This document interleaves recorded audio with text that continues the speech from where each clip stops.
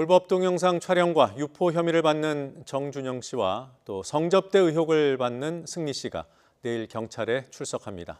경찰은 정 씨의 휴대전화 수리업체에 대한 압수수색에 돌입했다고 합니다. 자세한 내용 알아보죠. 박광열 기자. 네, 사회부입니다. 네, 경찰 압수수색 지금도 진행 중입니까?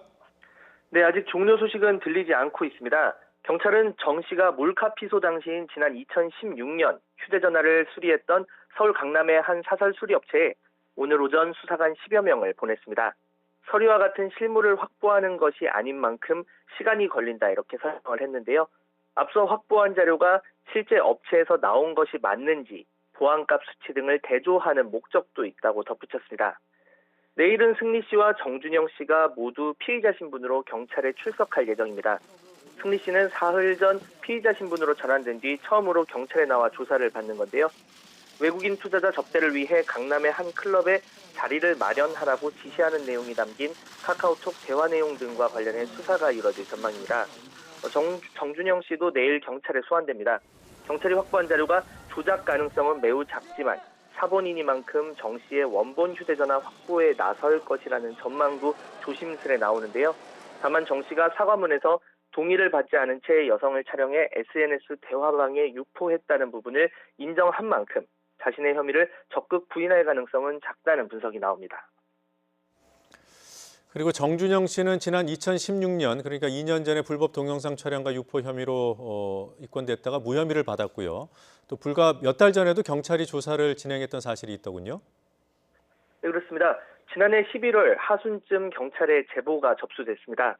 정 씨가 몰래 촬영한 영상물이 모 휴대전화 기록물 복구업체, 사설 디지털 포렌식 업체에 있다는 내용이었습니다. 지금 경찰이 압수수색 중인 업체와 같은 곳인데요. 경찰은 검찰에 당시에 2차례 압수수색 영장을 신청했지만 검찰이 받아들이지 않았습니다. 피해자 주장도 없고 제보자가 직접 동영상의 존재를 본 것도 아니어서 증거가 부족하다는 이유였습니다. 만일 압수수색 영장이 나왔다면 관련 자료를 보다 빨리 확보할 수 있었을 것으로 보입니다. 네. 자, 이런 가운데 버닝썬 관련 수사에도 경찰이 속도를 내고 있는 것 같아요. 네, 경찰은 유착 고리로 지목됐던 전직 경찰 출신 강모 씨에 대한 구속영장을 어제 재차 신청했습니다. 앞서 한 차례 구속영장 신청이 반려된 바 있는데요. 경찰 관계자는 검찰도 영장을 청구했고 오는 금요일 법원의 판단만이 남아있다고 설명했습니다.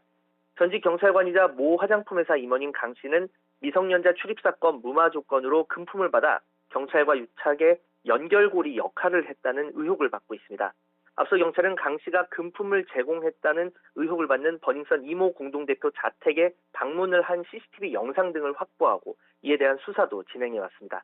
지금까지 사회부에서 YTN 박광열입니다.